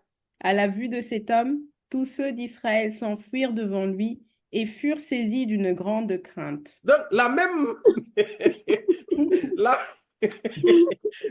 armée là, qui était en ordre de bataille et qui poussait des cris de guerre. Donc, c'est cette même armée. Lorsque Goliath parlait, on rit, mais c'est très sérieux, ils s'enfuient. Seigneur. Donc, toute une armée a fui devant Goliath. Les gars, c'est spirituel, hein? C'est terrible. Le gars, il est arrivé à les dominer spirituellement. C'est pour cela, moi, souvent, je te dis, calme-toi. Souvent, on est ces gens-là. Il y a un problème. L'Éternel est mon berger. Je ne crains aucun mal. Celui qui demeure sous la... Calme-toi. C'est pas une question de cri, c'est une question de révélation. D'ailleurs, tes cris là révèlent que tu as peur et que tu veux le cacher à travers les cris. Bon gars, Non, calme-toi. Le peuple d'Israël, l'armée là, les gars, ils faisaient des cris. Sûrement, ils criaient commando, commando. Les gars, ils étaient galvanisés. Et puis, il y a Goliath qui sort. Il libère les mêmes paroles. Lisez, il dit, à la vue de cet homme, tous les Israéliens prirent la fuite et furent remplis de peur. Ils ont fui. La chose, c'est pas juste de parler pour parler. Je vais attirer ton attention. C'est pas juste crier pour crier. C'est pas juste pour dire des paroles, des versets bibliques pour dire les versets bibliques. Tout est une question de la révélation que tu as. Le bruit là que tu fais là, c'est pas... Non, ça se passe pas comme ça. Parole contre parole. Il y a une certaine sérénité que tu dois avoir. Tu vas voir là, quand tu pries beaucoup là, tu cries comme ça là. Je sais pas que c'est pas mauvais, hein, mais face à des situations là, toi-même tu cries là, tu sais que tu n'es pas serein ou serein. Tu sais, on se connaît, n'est-ce pas? Yes. Il faut crier pour les bonnes raisons. Donc, verset 25. Chacun disait, avez-vous vu s'avancer cet homme? Attends. Les gars, ça fait 40 jours, ils se disent toujours, avez-vous vu s'avancer cet homme? C'est-à-dire, les gars, ils avaient tellement peur que sûrement, ils croyaient pas qu'ils avaient vraiment peur. Ils disent aux autres, est-ce que tu as vu le gars là? J'imagine David le Goliath en Wolof. Est-ce que Gisniel Wadji? Non! Est-ce que vous avez vu le gars là? Continue. Donc, ça va jusqu'à un moment où, vous savez, quand les paroles vous attaquent, quand vos ennemis invisibles vous atteignent vraiment, en fait, ils n'ont plus rien à faire. Ils vont vous laisser vous-même vous détruire. Avez-vous vu cet homme? Donc, c'est-à-dire, ils étaient tellement oppressés qu'eux-mêmes, ils sont utilisés pour s'oppresser entre eux. Parole contre parole. Vous voyez qu'est-ce que la parole peut engendrer dans la vie de quelqu'un? Yes. Est-ce que vous vous rendez compte de la gravité? Et pourtant, ce n'est pas un peuple c'était pas le début de... Ils ont fait des guerres, ils ont gagné des guerres à n'en plus finir. Mais un seul homme est arrivé à les déstabiliser, eux. Toute une armée, l'armée du peuple de Dieu, Israël, les gars. Et vous allez voir, il s'est juste avancé. Continue. C'est pour jeter à Israël un défi qu'il s'est avancé. Si quelqu'un le tue, le roi le comblera de richesses, il lui donnera sa fille et il affranchira la maison de son père en Israël. David dit aux hommes qui se trouvaient près de lui, que fera-t-on à celui qui tuera ce Philistin Non, et David, je qui l'aime. ôtera Vas-y. l'opprobre de dessus Israël? Qui est donc ce Philistin? C'est incirconcis pour Maleko introduire l'armée Shadabara. du Dieu vivant. Attends. Du peuple d'Israël qui décrivait David avec précision. Regardez comment David l'a résumé. Comment elle a décrit Goliath? Incirconcis. Incirconcis. En deux thèmes. Un gars, voilà quoi. Je viens de te donner une première clé pour vaincre. Définis le problème à sa vraie nature. Définis le problème. Donne un nom au problème par rapport à sa vraie nature. Continuons. C'est-à-dire, David n'a même pas fait cas de ce que le gars disait. Si vous le remarquez. Le gars, il était trop occupé pour les récompenses. Continuons. Le peuple répétant les mêmes choses lui dit, c'est ainsi que l'on fera à celui qui le tuera. Eliab, son frère aîné, qu'il avait entendu parler à ces hommes, fut enflammé de colère contre David. Pourquoi son frère s'enflamme? Vous vous montrez comment il le méprisait. Il posait juste des questions. Donc, sûrement à la maison, c'était quelqu'un, quand il prend la télécommande, tout le monde crie dessus. C'est sûrement quelqu'un dans la maison, quand il fait une petite chose, tout le monde lui rentre dedans. Le gars, il demandait juste, mais qu'est-ce qui se passe? Son frère, il s'enflamme. David, qu'est-ce que c'est? On connaît comment tu es. La moindre chose. Le gars, on se ruait. Je crois qu'il y a des David ici. On dirait qu'il y a des David, les canards là, les canards noirs là. C'est-à-dire, la moindre chose que tu fais, les gens tombent sur toi. David, sois fortifié. David et Davida. Amen. Amen. C'est-à-dire, la moindre chose, les gars te rentrent dedans. Qu'est-ce qu'il fait? Sois fortifié. Amen. Sois fortifié. Dieu est encore vivant. Le Dieu qui a fait pour David, il fera pour toi dans le monde. Amen. On continue. Et il dit, pourquoi es-tu descendu et à qui as-tu laissé ce peu de brebis dans le désert? C'est les brebis de son père? Je connais ton orgueil et la malice de ton cœur. C'est pour voir la bataille que tu es descendu. David répondit, qu'ai-je donc fait? Ne puis-je pas parler ainsi? Et il se détourna de lui pour s'adresser à un autre et fit les mêmes questions. Le peuple lui répondit comme la première fois. Tu vois, Goliath a parlé. Les gens ont peur. David ne s'est même pas concentré sur le gars. L'une des clés du parole contre parole, tu ne peux pas t'exposer à l'atmosphère qui te fait t'écrouler, rester vers le bas et vouloir libérer des paroles. Il faut surtout pas être exposé. Pour contrer ces paroles, il faut t'exposer à la parole de Dieu. Est-ce que tu sais que Dieu, même dans sa grandeur, lui, il s'expose à sa parole? Tu savais pas ça? Yes. Amen. Je vais te montrer ça tout à l'heure. Non, je vais te montrer que ce n'est pas des blagues, ce que je t'ai dit. Vous savez, on est allé à un certain niveau, on nous a essayé de nous faire croire que les chrétiens qui déclarent les paroles le matin, non, c'est des chrétiens pas spirituels. Hé, les matins, lève-toi, déclare des paroles. Moi qui te parle, le matin, je me déclare des paroles. Amen. Juste tous les jours. Donc, David, quand les gens parlaient là, il faut que tu t'exposes à la parole de Dieu. Parce qu'en t'exposant à la parole de Dieu, tu ne vas pas t'exposer à la parole de tes ennemis invisibles. On continue. Après avoir entendu les paroles prononcées par David, on les répéta à Saül, qui le fit venir. David dit à Saül que personne ne se décourage à cause de ce Philistin. Moi, ton serviteur, j'irai me battre contre lui. Saül dit à David, tu ne peux pas aller te battre contre ce Philistin. Tu n'es Parole, qu'un enfant.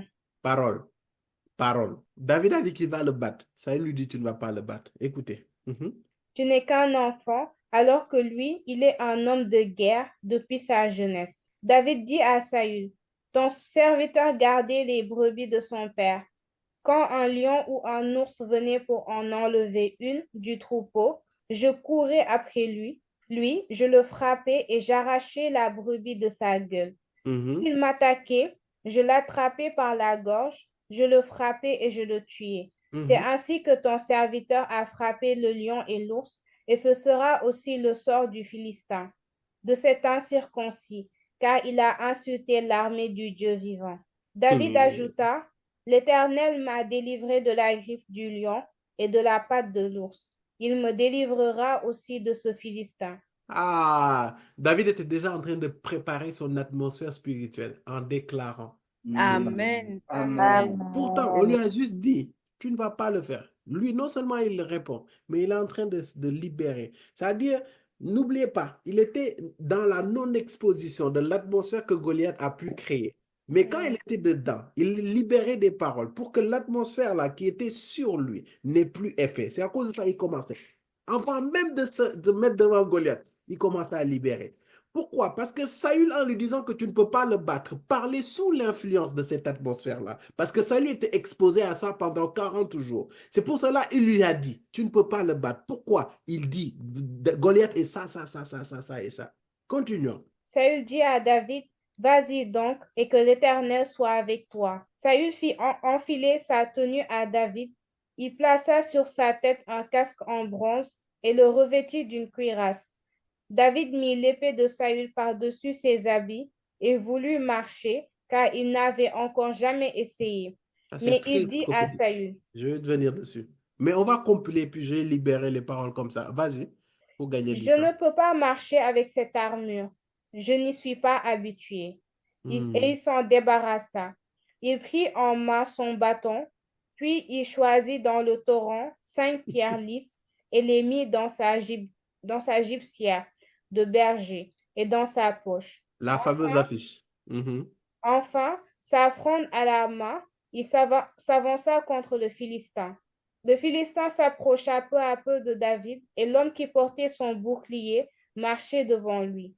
Le Philistin regarda David et lorsqu'il l'aperçut, il le méprisa, car il ne vit en lui qu'un enfant roux à la belle apparence. Le Philistin dit à David, suis-je un chien pour que tu viennes à moi avec des bâtons? Il s'est fait avoir. Là, il s'est fait avoir. Lui-même, ce qu'il dit. Il a oublié que lui, sa parole, là, il libérait. Il s'est mis lui-même sous son... Parce qu'il a dit, suis-je un chien? Les chiens, on les lapide. Il s'est lui-même fait avoir. Si David était venu avec la cuirasse et tout, il n'allait pas se dire, suis-je un chien? Lui-même, il a déjà libéré une parole contre lui. Vous savez, les voix de Dieu vont toujours confondre l'ennemi. Je vais t'expliquer quelque chose. David, il est quelqu'un, il n'a pas été exposé. Il vient, le gars, il dit, tu ne vas pas y arriver. Lui, il dit, il va y arriver. Il commence à libérer des paroles sur sa vie. Je vais le tuer. Pourquoi? Et regardez très bien comment David libère des paroles sur sa vie et appliquez-le. Vous allez voir que David a libéré des paroles sur sa vie sur la base de ce que Dieu a fait à travers lui, de ce que Dieu lui a dit de faire lorsqu'il était dans le désert. Amen. Et de ce que Dieu est. Yes. Amen. Quand j'étais dans le désert, je faisais ça et ça. Vous savez, c'est pour cela que le diable combat vos temps de prière. Parce que quand tu t'exposes à la présence de Dieu, Dieu va te libérer des paroles. Dieu va te donner des paroles, des prophéties. Dieu va te donner une vision. Et ces visions-là, vous allez voir que ces prophéties que le Seigneur te donne souvent, c'est lorsque viendra l'épreuve que tu puisses jouir de ces choses-là. La parole de Dieu, c'est la même chose. Il va combattre ça. Pourquoi? Parce que ces paroles-là, c'est sur ça que tu vas te baser pour combattre, pour parler. Mais ce n'est pas fini. Et c'est là où je mets en garde beaucoup de personnes. Et il y a beaucoup de gens qui sont dans cette famille, qui sont dans cette saison. Dieu a agi avec David d'une certaine manière. Dans le désert, Dieu marchait avec David. Dieu opérait avec David. À travers quoi? À travers le bâton et... De la fronde, non? Voilà, la fronde. Oui. C'est les deux. Bâton et fronde. C'est avec ça que Dieu a opéré. Il a fait gagner David ses batailles avec les bêtes dans le désert. Vous savez, quand tu marches avec le Seigneur, il va opérer. Il va travailler avec toi d'une certaine manière. Ça, quand tu étais sous l'ombre de Dieu là, et que Dieu opérait, sous la main de Dieu plutôt, et que Dieu opérait, il a un certain fonctionnement avec toi. Il a une certaine manière de fonctionner avec toi, d'opérer avec toi. Vous allez voir que lorsqu'il va auprès de Saül, Saül lui donne les choses selon la réalité humaine. Qui est quoi? C'est que pour aller combattre un guerrier, il faut mettre l'équipement. Mais vous allez voir que dès que David accepta de le mettre, il devint lourd. Vous allez voir, je suis en train de prophétiser. Tu vas voir qu'il y a un certain... Dieu t'a parlé. Dieu opère à travers toi d'une certaine manière. Dieu te demande de faire d'une certaine manière. Mais tu vas voir qu'il y a des gens, parfois même c'est la famille, ils vont vouloir te faire les choses selon leur culture, selon leurs coutumes, selon leur manière de faire. Et si tu fais le dégât d'opérer selon ce que eux ils te disent, humainement parlant, et que ce n'est pas la manière par laquelle Dieu opérait par toi, tu vas t'alourdir et tu ne vas pas opérer. Et tu ne vas pas avoir les résultats escomptés. C'est pour cela, sortez des compromis. Là, je vous parle très sérieusement. Sortez des compromis. Les compromis vous détruiront. Les compromis vous détruiront. Les compromis détruiront la destinée que Dieu a tracée dans ta vie. Tu n'es pas les autres. Dieu, ce que Dieu t'a dit dans le secret, ne lésine jamais dessus. Là où j'ai dit honorez vos pères et vos mères, ça je l'ai dit. Ça, je suis un fervent pratiquant de ça. Mais du Seigneur Jésus dit, celui qui me préfère à son père, à sa mère, à son fils, à sa fille, ne me mérite pas. J'ai vu des hommes, j'ai vu des femmes, Dieu opérer beaucoup de choses. Dieu les bénir, Dieu ouvrir des portes. Mais à cause de la complaisance, à cause des compromis, Dieu a fermé des portes parce qu'ils ont été ingrats vers le Seigneur. David, heureusement qu'il s'est rappelé que Dieu opérait avec lui, avec la fronde et le bâton. Et c'est avec la fronde et le bâton qu'il devait gagner. Non, chez nous, on fonctionne d'une certaine manière. Chez nous, on fait ceci. Chez nous, on fait cela. Dans notre société, on fonctionne. C'est quoi ça? Qu'est-ce que Dieu dit? Qu'est-ce que Dieu dit? Et beaucoup d'entre vous, le Seigneur est en train de vous juger parce que vous n'avez pas été reconnaissant avec lui. Je le dis ici, haut et fort. Le Dieu qui a fait avant, le Dieu qui t'a béni, le Dieu qui t'a ouvert les portes, le Dieu qui t'a donné des victoires, le Dieu qui a fait ceci. Dès que tu as vu un semblant de quelque chose, tu as commencé à être dans un compromis total. Et tu as remarqué que depuis que tu t'es mis dans ça là, Dieu t'a dit arrête ça, tu as arrêté. Tu as vu que tu as prospéré. Maintenant que tu as prospéré, tu veux oublier. Et il t'a frappé. David a travaillé avec la fronde et le bâton. David devait combattre avec la fronde et le bâton parce que son alliance avec Dieu le faisait gagner à travers ça, pas à travers l'armure. Parce que s'il était à travers l'armure, ça allait atteindre à la gloire de Dieu. Parce que c'est glorieux, parce que c'est un petit berger qui a fait tomber un géant. Imaginez que c'était un grand guerrier qui fait tomber un Goliath. Où est la gloire dans ça? Et l'histoire a tellement été prophétique que maintenant, même dans le monde, on dit David et Goliath. Lorsque quelqu'un de plus fort joue avec quelqu'un de plus petit. Juste pour vous montrer l'impact de cette histoire-là. Marcher avec le Seigneur fera que tu ne feras pas des choses comme tout le monde le fait. Et c'est souvent comme ça même. N'aie pas peur. Quand le Dieu qui t'a parlé, ce Dieu-là te gardera. Ce Dieu-là te donnera la victoire. Si Dieu t'a parlé, Dieu se trouve dans ce qu'il dit. Sors du fait de vouloir plaire à tout le monde. Sors de que diront les gens. Sors de ce que penseront les gens. Sinon, ton Goliath, ton ennemi invisible là aussi, tu ne vas jamais le vaincre. Parce que Dieu parfois va te demander de faire des choses qui paraissent insensées aux yeux des hommes. Insensées aux yeux des hommes. Mais quand tu l'appliques, quand Dieu va que tu l'obéis, il te donne la victoire. Amen. Plein de témoignages. Amen. Plein de témoignages. Plein de témoignages. Et Dieu s'est glorifié de manière extraordinaire. On continue. Il ajouta, viens vers moi, que je donne ta chair à manger aux oiseaux du ciel et aux bêtes des champs. Réponse. David dit aux Philistins, tu marches contre moi avec l'épée, la lance et le javelot. Moi, je marche contre toi au nom de l'Éternel, le Maître de l'univers, au nom du Dieu de l'armée d'Israël que tu as insulté. Aujourd'hui, David, il est trop fort. Vas-y. Aujourd'hui, l'Éternel va te livrer entre mes mains. Je t'abattrai et je te couperai la tête. Aujourd'hui, je vais donner les cadavres du camp des Philistins aux oiseaux du ciel et aux bêtes sauvages. Toute la terre saura alors qu'Israël a un Dieu. Et toute cette assemblée saura que ce n'est ni par l'épée, ni par la lance que l'Éternel sauve. Vous avez vu? Effet, Vous avez vu? Yes. En effet, la victoire appartient à l'Éternel et il vous livre entre nos mains. Yes. 48-49. Dès que le Philistin se mit à marcher vers lui, David courut sur le champ de bataille à sa rencontre. Il porta la main à sa gibecière, il prit une pierre et la lança avec sa fronde. Il frappa le Philistin au front et la pierre s'y enfonça. Le Philistin tomba le visage contre terre. Ainsi, avec une fronde et une pierre, David fut plus fort que le Philistin. Il le frappa. Pause, on s'arrête là. Ça Amen. dit là même, j'ai même plus besoin. Là, vu que maintenant, tu as été exposé à la parole, maintenant tu as la révélation, tu comprends maintenant. Vous avez vu l'attitude de David? Contrairement au peuple d'Israël, Goliath a parlé. Le peuple d'Israël, il s'était tué. Vous avez remarqué? Et ils ont eu peur. Là, dès que Goliath a parlé, David a parlé. Parole contre parole. Quand tu entends des voix qui veulent te fatiguer, parle. Ne te tais pas, ne pleure pas. Arrête de pleurer, c'est bon là. Arrête de pleurer. Un gros gaillard, une grosse miss là, tu pleures. À la moindre chose, tu pleures. À un moment, c'est bon, tu pleures. Mais à un moment, ça va quoi? Grandis. D'ailleurs, ça fait 50 ans que tu pleures là. Est-ce que ta situation a changé? Si ça ne change pas, lève-toi, bats-toi. Goliath a parlé. David a parlé. Il a parlé même plus. Il a parlé plus. Le gars, il a parlé. Maintenant, David a l'art. Quand je veux dire il a l'art de parole contre parole là, je vais vous expliquer. Pourtant, Goliath ne parlait qu'à David, hein, mais David s'est débrouillé pour mettre l'Éternel dans Palabre. Amen. Goliath a dit à David, viens, je vais te tabasser. David, il s'est débrouillé, il dit, moi, est-ce que tu peux me tabasser? Tu ne sais pas que je me bats avec l'Éternel. Et il dit, tu as insulté l'Éternel. J'ai dit, David, à quel moment il a insulté l'Éternel? C'est pour cela, les paroles que tu vas dire, ce n'est pas tes paroles, c'est la parole de Dieu par rapport à ta situation.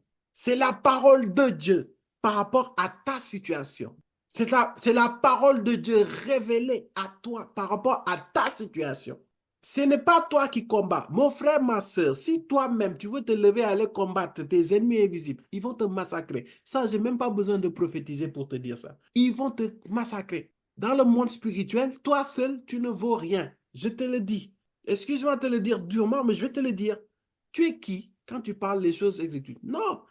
Les anges de Dieu, qui sont les agents de Dieu qui opèrent dans le spirituel, ne se meurent que sur la base de la parole de Dieu. Et toi, tu penses que quand tu vas dire une phrase, les anges vont se bouger. Pourquoi? Toi, tu es qui? L'autre chose, Goliath a marché vers David. David a couru vers lui. Parfois, il faut que tu sois fou. Amen. Amen. Il faut que tu sois plus violent que l'ennemi.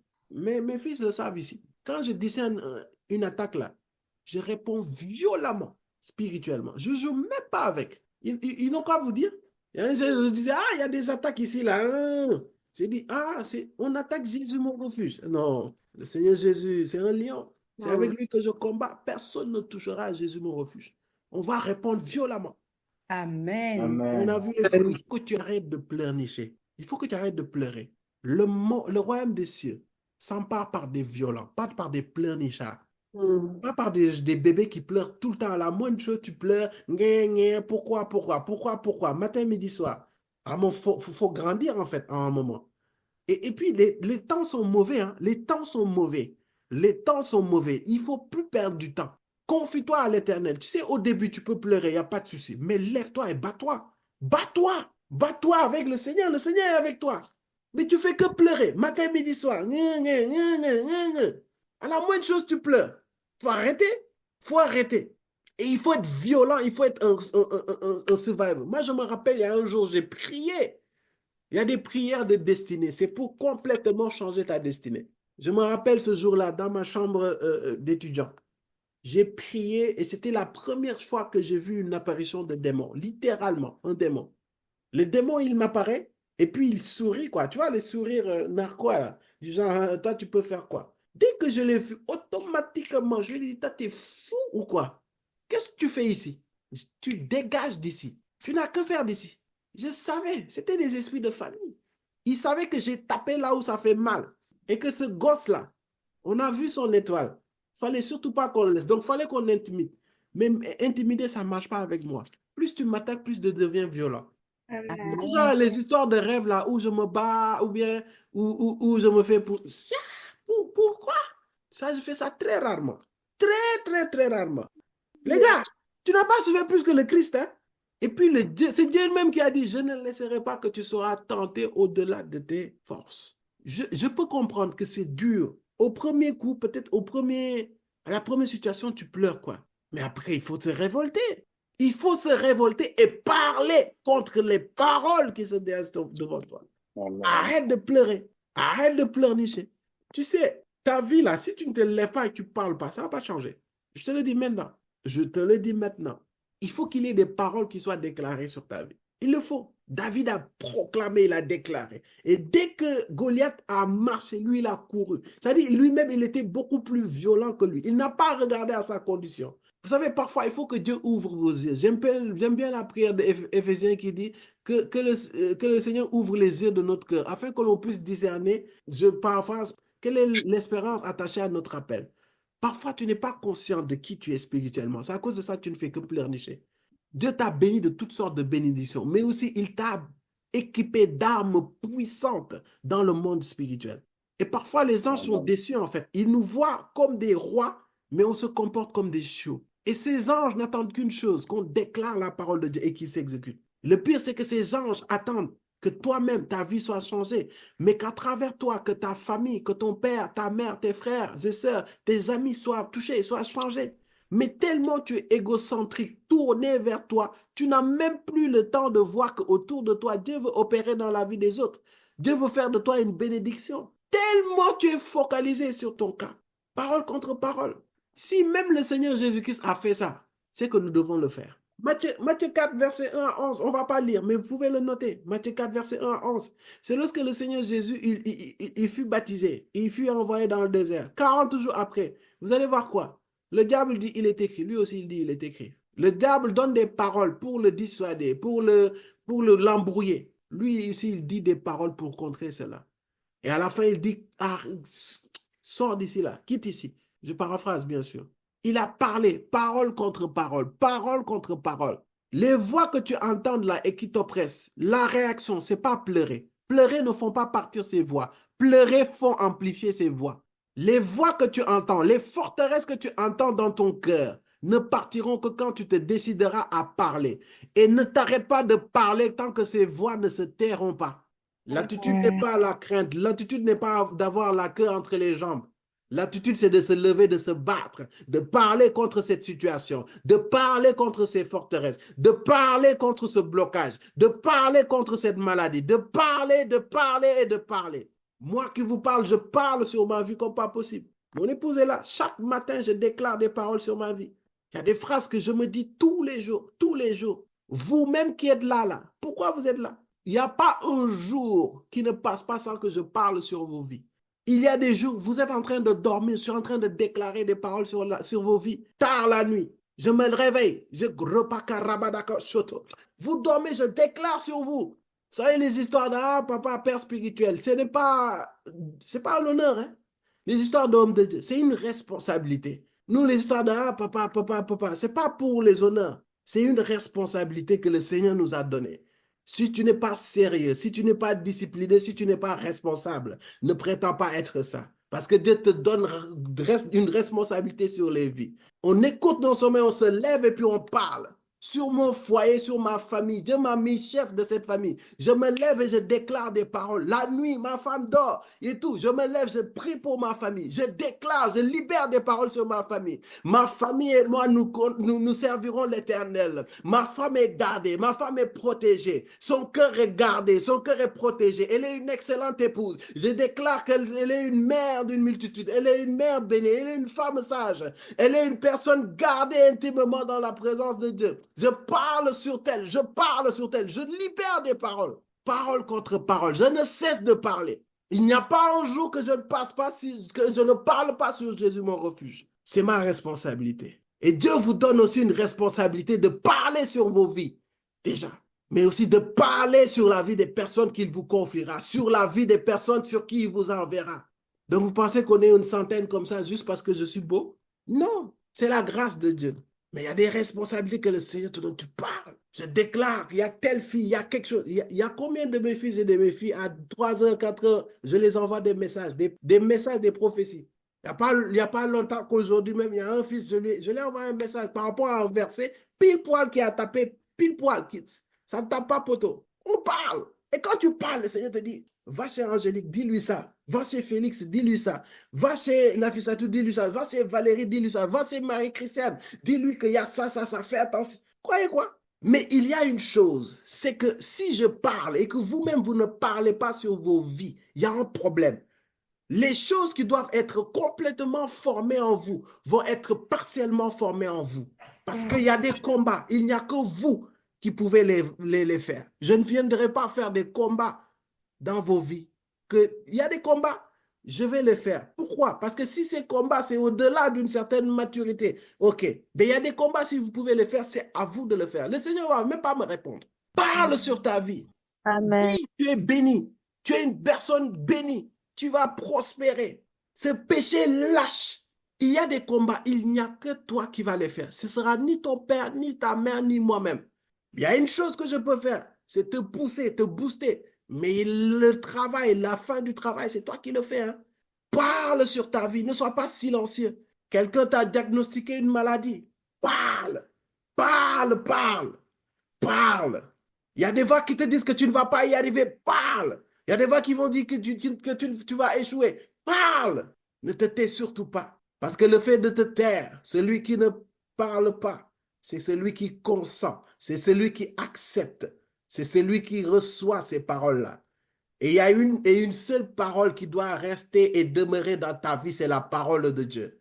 Il y a des gens ici, vous avez des situations, vous avez des problèmes. Je prie pour vous. La situation, le Seigneur change ces situations.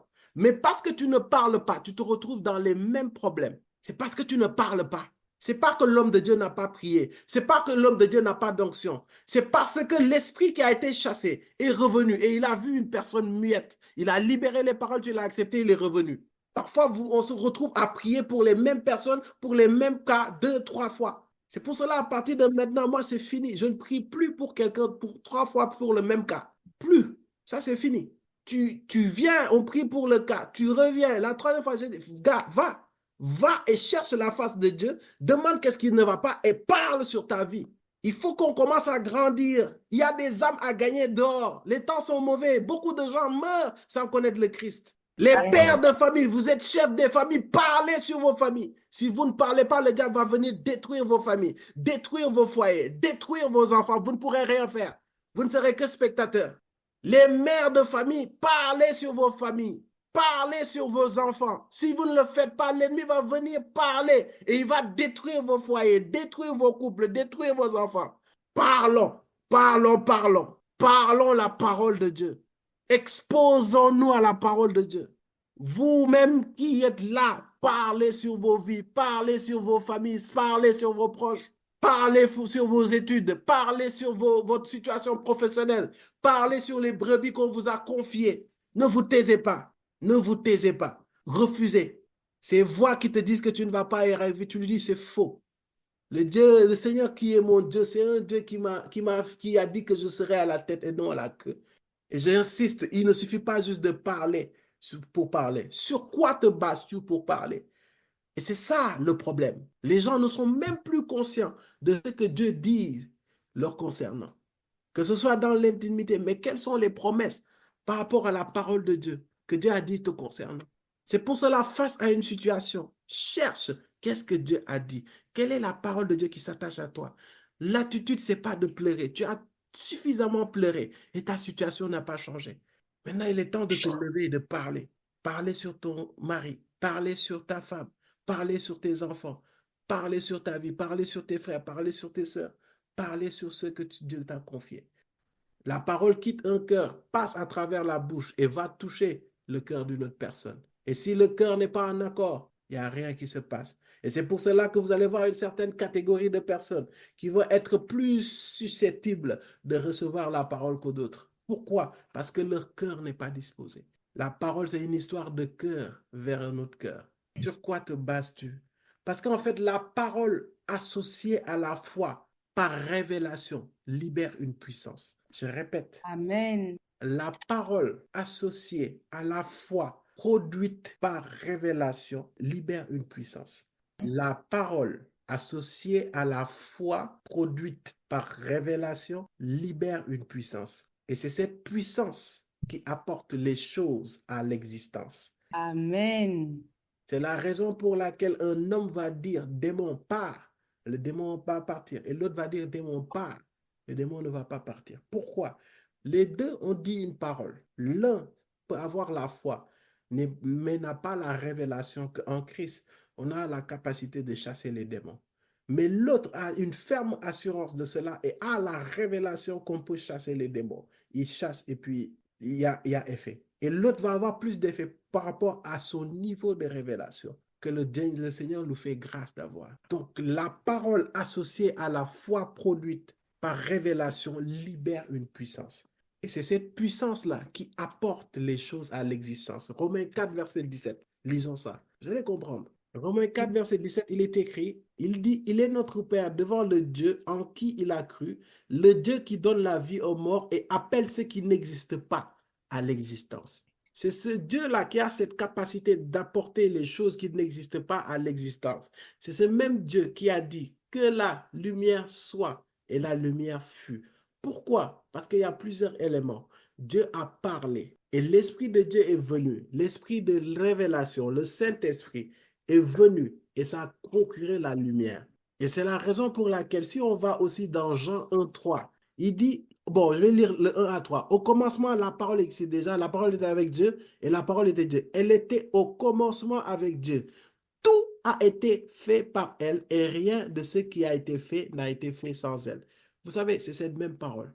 Pourquoi? Parce que quand j'insiste sur le fait, quand tu parles et que tu parles de la parole de Dieu, en fait, c'est Christ lui-même que tu engages. Et lorsque tu engages Christ associé à ta foi, à la révélation, en fait, c'est ce qui va créer cette mode d'opération, c'est ce qui va permettre à Christ d'opérer, de travailler à travers ta parole.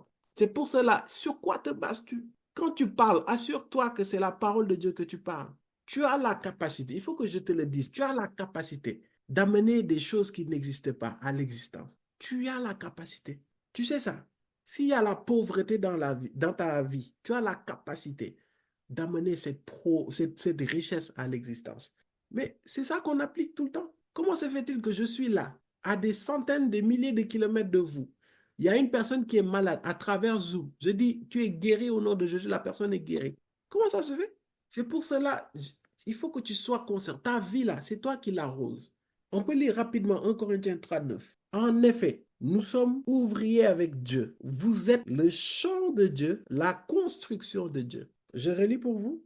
En effet, nous sommes ouvriers avec Dieu. Vous êtes le champ de Dieu, la construction de Dieu. Donc, on est le champ de Dieu. En d'autres termes, on est le jardin de Dieu, notre vie là. Donc, n'aie pas honte d'arroser ton jardin, ton champ avec la parole de Dieu.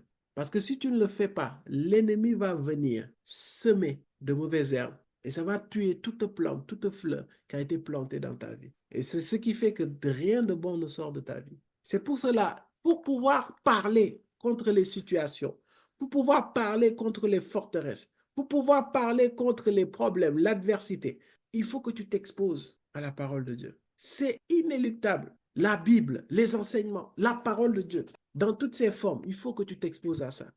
Parce que même Dieu, lui-même, il fait ça. Est-ce que tu le savais? Dieu lui-même, il fait ça. Allons dans Apocalypse 4, Dieu lui-même, il fait ça. On va aller du verset 3 à 11. Je vais lire pour vous, pour aller vite. Celui qui était assis avait l'aspect d'une pierre de jaspe et de sardoine, et le trône était entouré d'un arc-en-ciel semblable à de l'émeraude.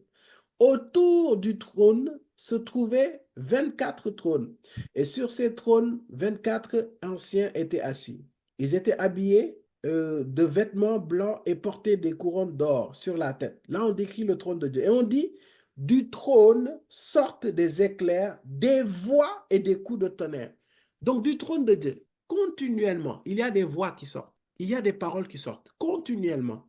Et est-ce que tu sais que parmi ces voix qui sortent là, c'est ta destinée qui sort? Maintenant, cette voix-là, pour venir à la réalité ici sur terre, toi, il faudra que tu parles.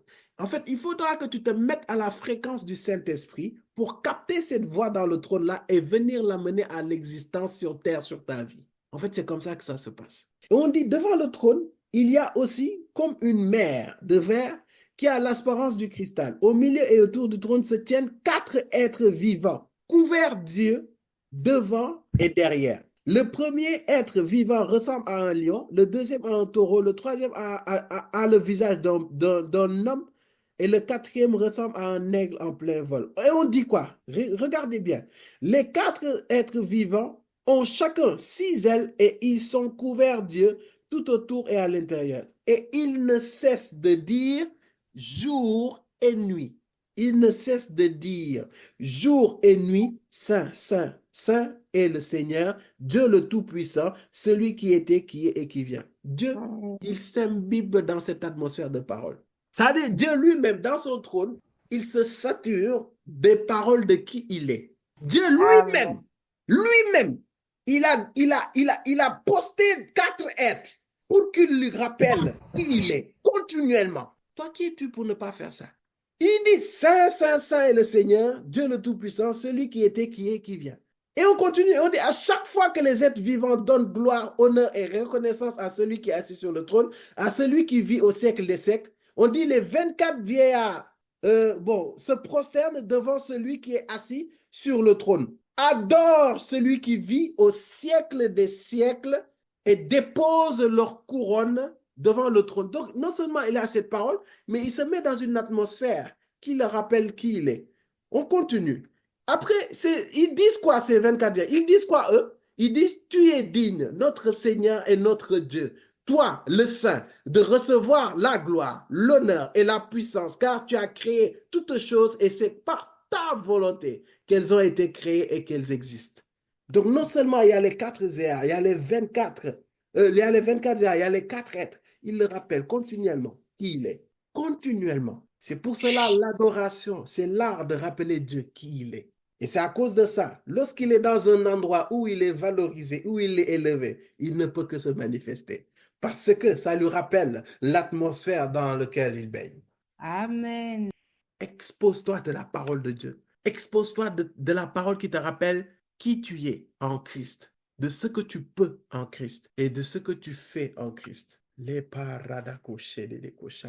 Est-ce que je peux te donner 7 oracles sur ta vie? 7. Je vais déclarer 7 paroles sur ta vie. Et lorsque je dis ces paroles-là, oh, saisis-les. Ces temps sont extrêmement chargés spirituellement et je vais déclarer 7 paroles sur ta vie. Crie sur ces 7 paroles concernant ta vie.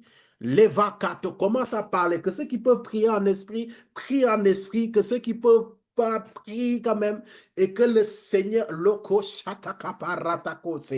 au Père, aujourd'hui, dans le nom de Jésus, tu nous as permis de connaître l'importance de la parole. Nous sommes conscients que maintenant, il y a des ennemis invisibles. Il y a même des ennemis visibles qui parlent contre notre vie, qui parlent contre notre destinée, Père. Et nous refusons cela, Père, dans le nom de Jésus. Et Père, tu nous inspires en cette soirée, Père.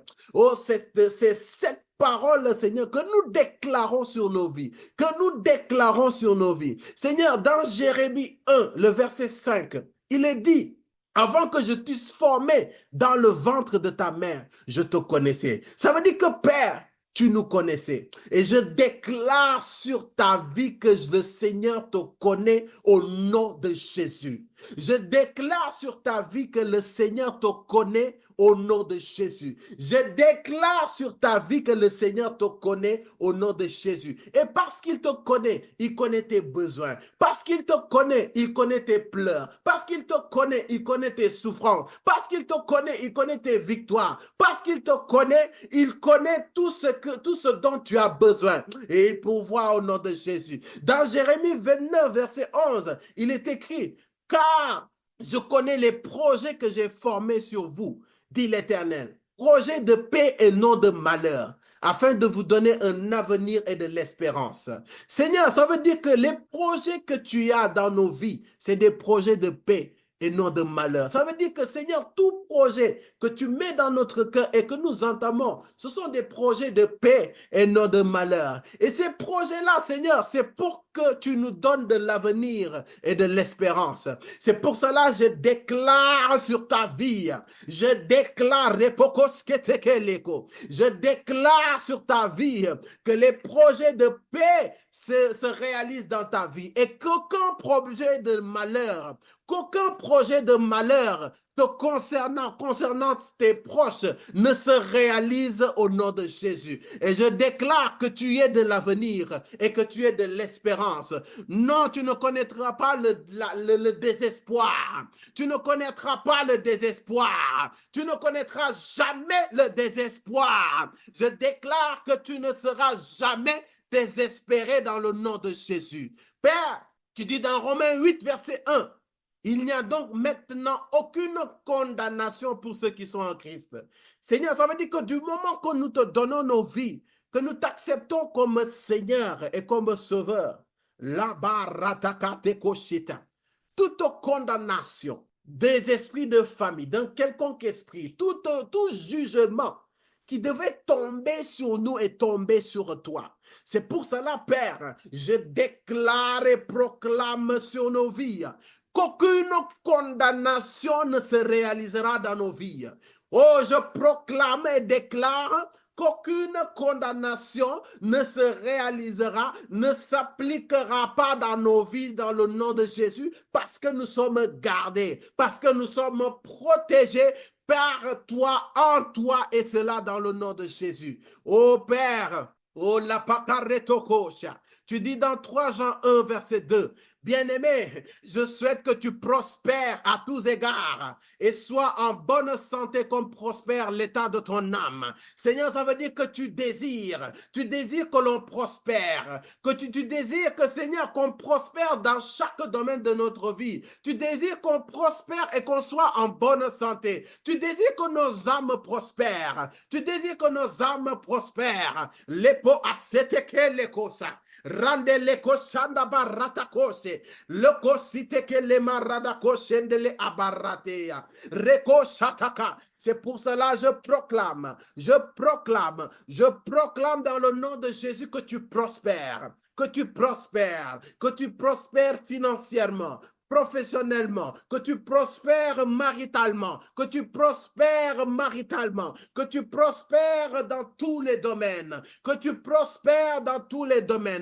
tu sois en bonne santé. Je proclame et déclare la santé divine sur nos vies au nom de Jésus. La santé divine sur nos vies au nom de Jésus. La santé divine sur nos vies au nom de Jésus. Les malades sont guéris.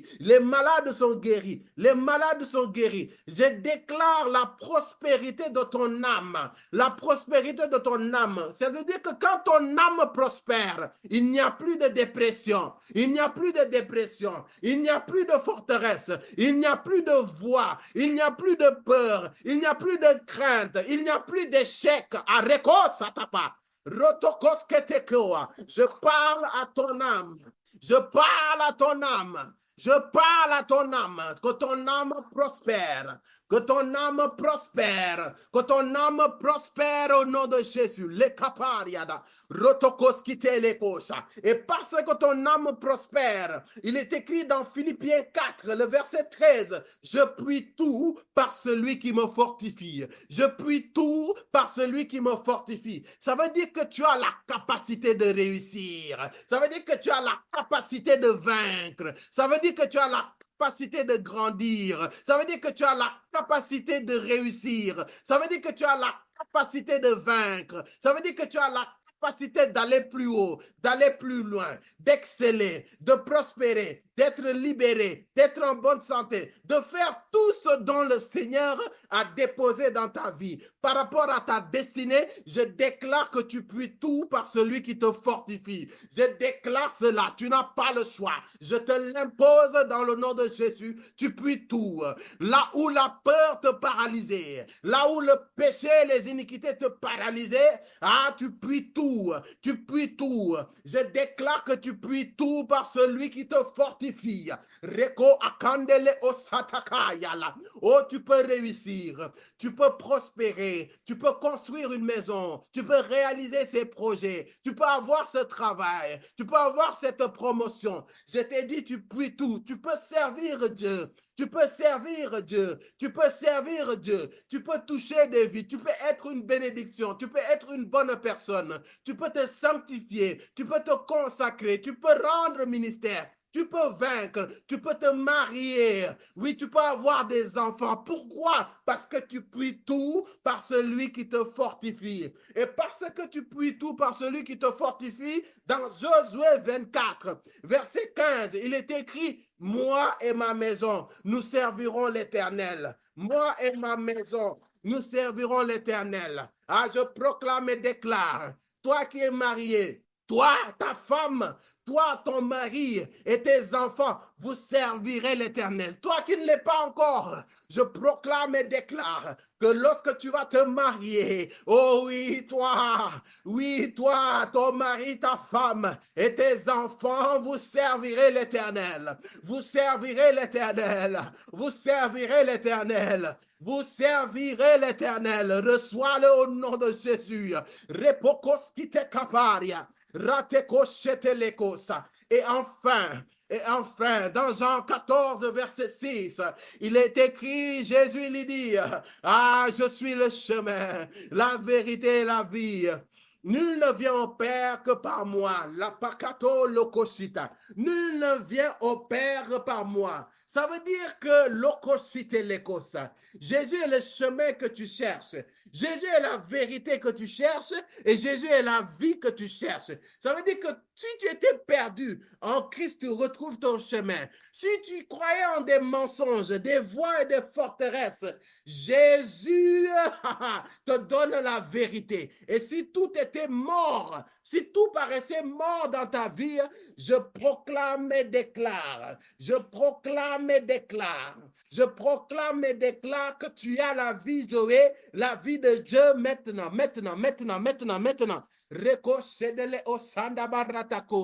Merci Père, je te rends grâce.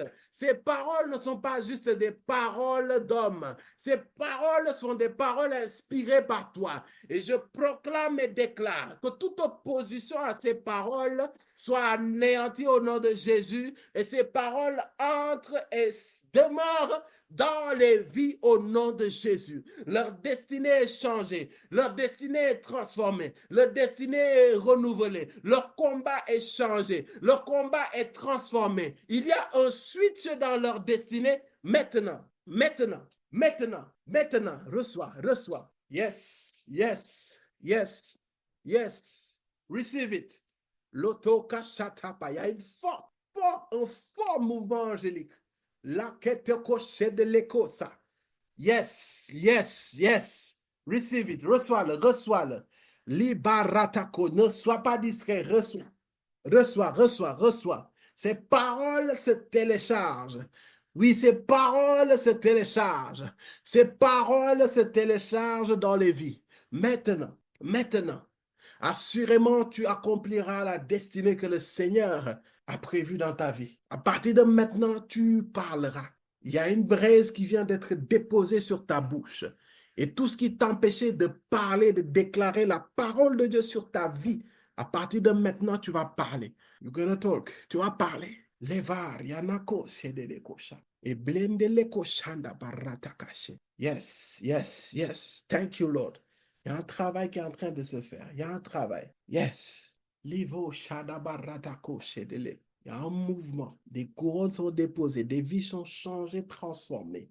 Libarada koshe dele kosha. Lova chandele kosada barra. Lopoko shada barada koshe dekede. Merci Père. Leko shada barada koshe. Merci Père. La takoshe dele koshanda. Yes. Yes, Lord. Thank you, Lord. Merci Seigneur. Merci Père, nous te rendons grâce et nous te bénissons. Seigneur, je scelle ces paroles au nom précieux et puissant de Jésus. Ces paroles sont scellées par le sang de Jésus. Oui, celui-là qui est mort, ressuscité, alors qu'il n'avait jamais péché, Seigneur, et qui nous a rendus justes. Seigneur, que la puissance qui a ressuscité Christ des morts, que cette même puissance vienne sceller ces paroles dans les cœurs et dans les âmes, et que rien ni personne ne puisse voler cela dans le nom de Jésus-Christ.